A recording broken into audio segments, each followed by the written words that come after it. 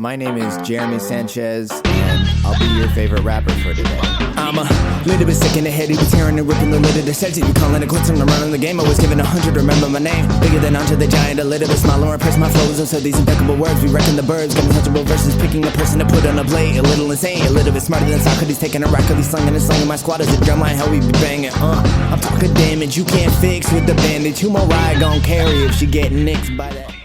Feelings in high school and really depressed and stuff like that, I just started writing.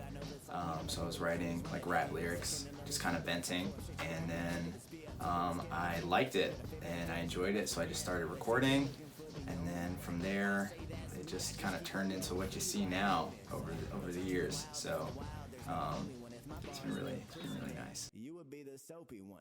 When haters talk, I just put them on silence, but these cat dogs switch quick, but I'm sticking to obviously like Eminem is like a huge influence, but I mostly kind of resonated with the underground scene. So I was just like on YouTube looking at like hip hop contests, and there were a lot of talented guys.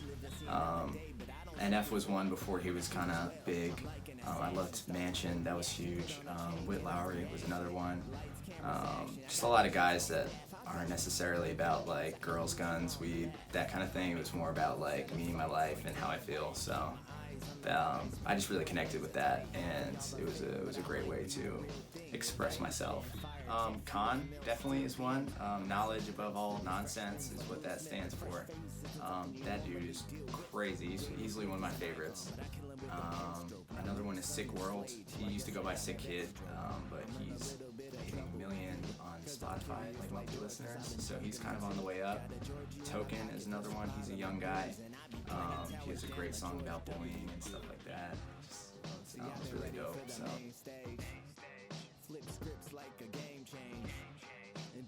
So there's a lot of, everybody's a rapper, I feel like. You just kind of walk into them randomly, be at school talking about like, oh man, I'm going in the studio after this. But it's a very like homey, small town kind of feel, especially that's how I see it. I feel like a lot of artists, they know each other and they network, and they're excited to go out and meet other artists, and NC doesn't really have anybody to claim except for Cole, and I feel like there's a real urgency in Charlotte, especially to like kind of like rep the city, and there's a lot of talented people here, so I'm just excited where it's going to be in the next 10 years. I feel like it's gonna, it's definitely on the rise.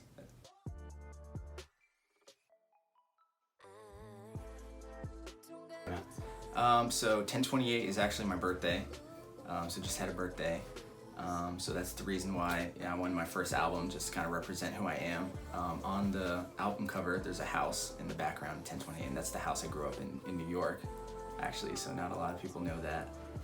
But as far as the track list and the journey, I wanted a bunch of different things. So the first song, I started out as strong as I could, wanted to be real upbeat, lyrical, vibey, and then the more you got into the album, it kind of turned into like, I wrote a song called Grammy, and it's not about getting a Grammy, it's about my grandma who passed away from cancer in 2005. And I just kind of wrote down kind of everything that I thought she would tell me in a conversation, like just a bunch of advice that somebody can take. And then as you go out, the last song is called Hard Day's Night, and I'm a Christian. I'm not necessarily a Christian rapper, but it definitely influences my worldview with how I write and everything like that, so I try not to cuss. I do like shock value though. But anyway, Hard Day's Night is just about, it's kind of like a prayer and my conversation with God in like a dark place. So it definitely goes from point A to point B. It's definitely a journey, and I encourage you guys to look it out and check it out.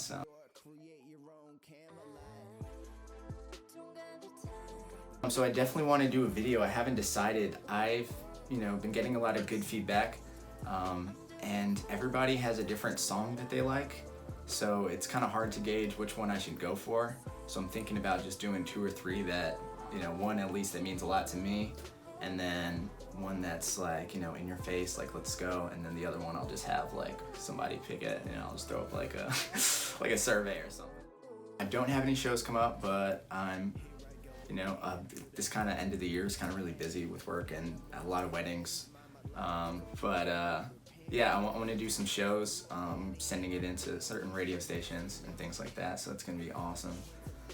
And then just a lot of family and friends have been hyping it. So I'm just really thankful for them and for my friends and everything. Everybody's really enjoyed it. So Fox and Hounds off of Valentine, they do like beer pong every Tuesday, and there's open mic and stuff. And I used to go a lot, and I never actually, picked up the mic and spit something. So I kind of wanted to do that there, just to kind of surprise all the regulars that show up there. So that'd be nice. As far as anywhere specific, like, no, I just love performing. I don't care if there's like 5 people or 100. It's a lot of fun. So Cool. yeah. Sanchez, Jeremy started the fire challenge just to see who's as hot as me. Don't ever tell